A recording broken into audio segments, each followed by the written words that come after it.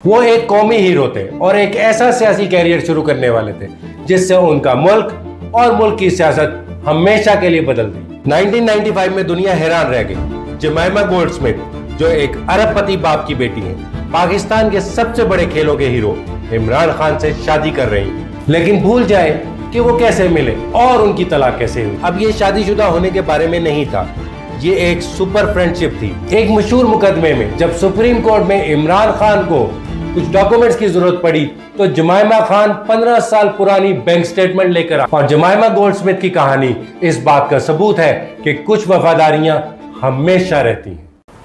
अस्सलाम वालेकुम, कल्ब फैसल में खुशामदीद। वीडियो को शुरू करने से पहले चैनल को सब्सक्राइब करें ताकि फैसल के कल्ब की आवाज आप तक बर वक्त पहुंच सके। यह नाकाबिले यकीन है, एक 21 साल अरबपति वारसा की मुलाकात एक 42 साल अजीम क्रिकेटर से होती है। वो एक कौमी हीरो थे और एक ऐसा सियासी कैरियर शुरू करने वाले थे जिससे उनका मुल्क और मुल्क की सियासत हमेशा के लिए बदल गई। और उन दोनों का रोमांस जिसने बड़े आजमों, सकाफत और मजहब को अबूर किया और हर कोई उसे देखता रहा और हैरान रहा। लेकिन भूल जाए कि वो कैसे मिले और उनकी तलाक कैसे हुई, क्योंकि असल कहानी ये नहीं है।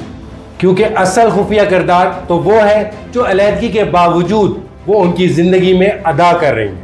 जी हाँ, मैं बात कर रहा हूं इमरान खान और जमाइमा गोल्डस्मिथ की। जब इमरान खान के लिए सब कुछ गलत हो गया तो जमाइमा गोल्डस्मिथ उनकी सबसे बड़ी हमायती कैसे बनी। हम एक ऐसी परियों की कहानी की बात कर रहे हैं जो बिल्कुल मुख्तलिफ चीजों में बदल गई।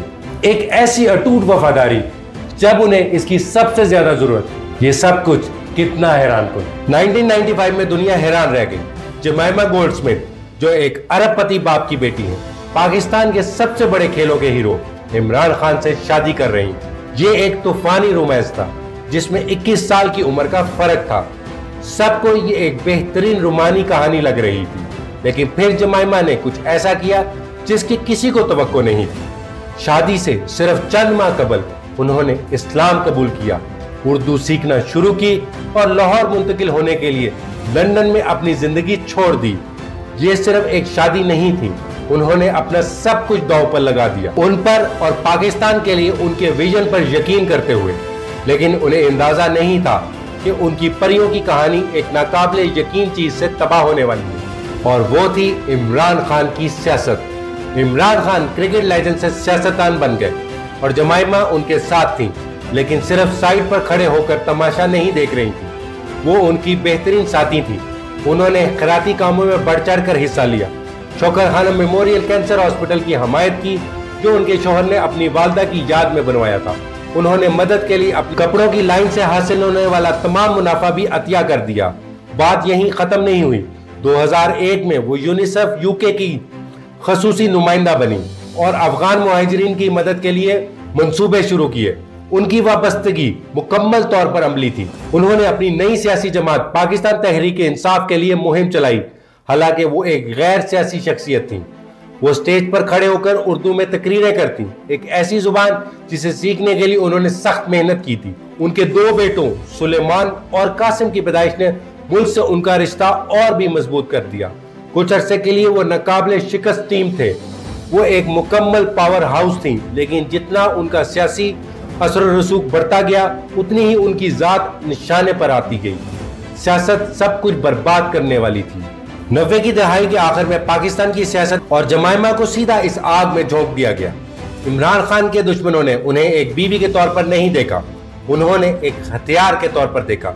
उन्होंने उनके वालिद के यहूदी वर्से को तोड़ मरोड़ कर उनके खिलाफ खौफनाक मुहिम चलाई और उन पर यहूदी लॉबी का हिस्सा होने का इल्जाम लगाया। दबाव मुसलसल था।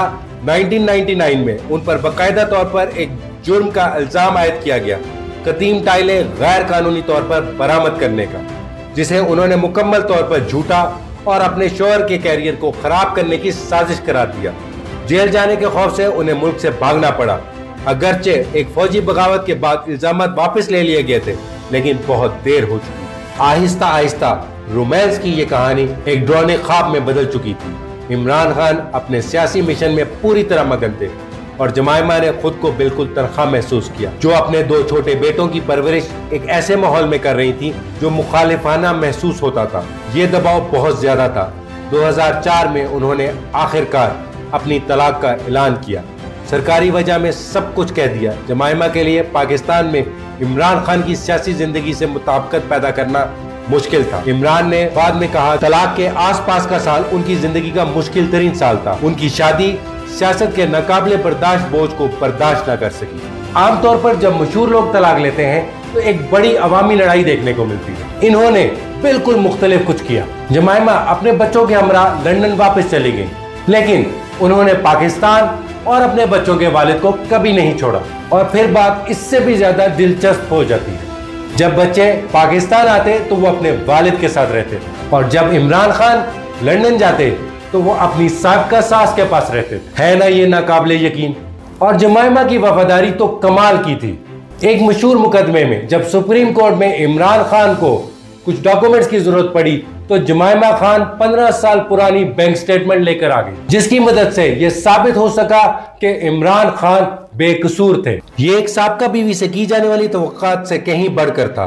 वो ज्यादातर सियासत से दूर रहती थी, लेकिन अगर उन्हें लगता कि हमला गैर मुनसिफाना है तो वो ऑनलाइन उनका दिफा करती। अब ये शादीशुदा होने के बारे में नहीं था, ये एक सुपर फ्रेंडशिप थी, एक नाकाबिले शिकस्त टीम, और उस टीम को अपनी जिंदगी के सबसे बड़े चैलेंज का सामना करना पड़ने वाला था। वक्त के साथ साथ हालात बहुत संगीन हो गए। इमरान खान को इक्तदार से हटा दिया गया और अगस्त 2023 में उन्हें 150 से ज्यादा इल्जामात के तहत जेल में डाल दिया गया, जिन्हें उनके खामी सियासी तौर पर बेबुनियाद करार देते हैं। उन्हें मुकम्मल तौर पर खामोश कर दिया गया। और यही वो वक्त था जब जमाइमा का खुफिया किरदार पूरी रफ्तार से शुरू हुआ। पाकिस्तानी सियासत पर बरसों तक खामोश रहने के बाद वो सोशल मीडिया पर आईं और उनकी आवाज गूंज उठी।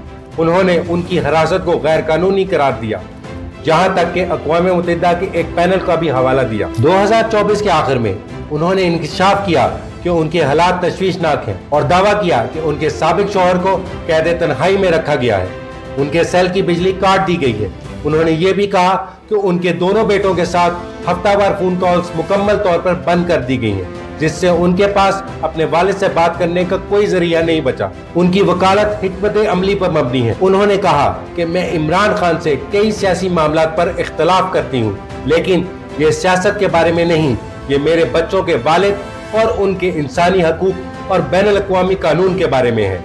और इस आवाज को बुलंद करने की पादाश में उन्हें मुखालिफिन की जानिब से शदीद ऑनलाइन हैरेसमेंट और यहाँ तक के रेप की धमकियों का भी सामना करना पड़ा, जो उन्हें खामोश कराने की कोशिश कर रहे थे। अभी हाल ही में जुलाई 2025 में उन्होंने पाकिस्तानी हुकूमत पर जाती इंतकाम का इल्जाम लगाया और दावा किया कि उनके बेटों को न सिर्फ अपने वालिद से बात करने से रोका गया, बल्कि उन्हें धमकी भी दी गई कि अगर उन्होंने उनसे मिलने की कोशिश की तो उन्हें गिरफ्तार कर लिया जाएगा। और ये सब उस वक्त हो रहा है जब एक स्क्रीन राइटर के तौर पर उनका अपना कैरियर उरूज पर है। उनकी film what's love got to do with it उनके अपने तजुर्बात से मुतासिर हो रही है। वो अपने बच्चों के वालिद के लिए इंसाफ की जंग लड़ रही है। ये नाकाबिले यकीन है। वफादारी की ये कहानी नाकाबिले यकीन है। मुझे कमेंट्स में बताएं कि आप क्या सोचते हैं, और चैनल को सब्सक्राइब करें ताकि अगली वीडियो आप मिस ना करें, जहां मजीद चौंका देने वाली सच्चाइयां सामने लाएंगे। तो जमाइमा और इमरान की कहानी एक नाकाम रोमांस की कहानी नहीं है, ये वफादारी की ना खत्म होने वाली दास्तान है, जो इतनी मजबूत है कि सियासत भी इसे तबाह नहीं कर सकती। जमाइमा एक नौजवान दुल्हन से उनकी सियासी साथी और फिर उनकी सबसे बड़ी मुहाफिज बन गई। उनके तारीख तरीन वक्त में उनकी सबसे बड़ी चैंपियन बन गई, जो उनकी आजादी और इंसानी हकूक के लिए लड़ रही है। ये सच्ची कहानी साबित करती है कि सबसे मजबूत रिश्ते तब बनते हैं जब मुश्किल वक्त होता है, और जमाइमा गोल्डस्मिथ की कहानी इस बात का सबूत है कि कुछ वफादारियां हमेशा रहती हैं। जज़ाकल्लाह।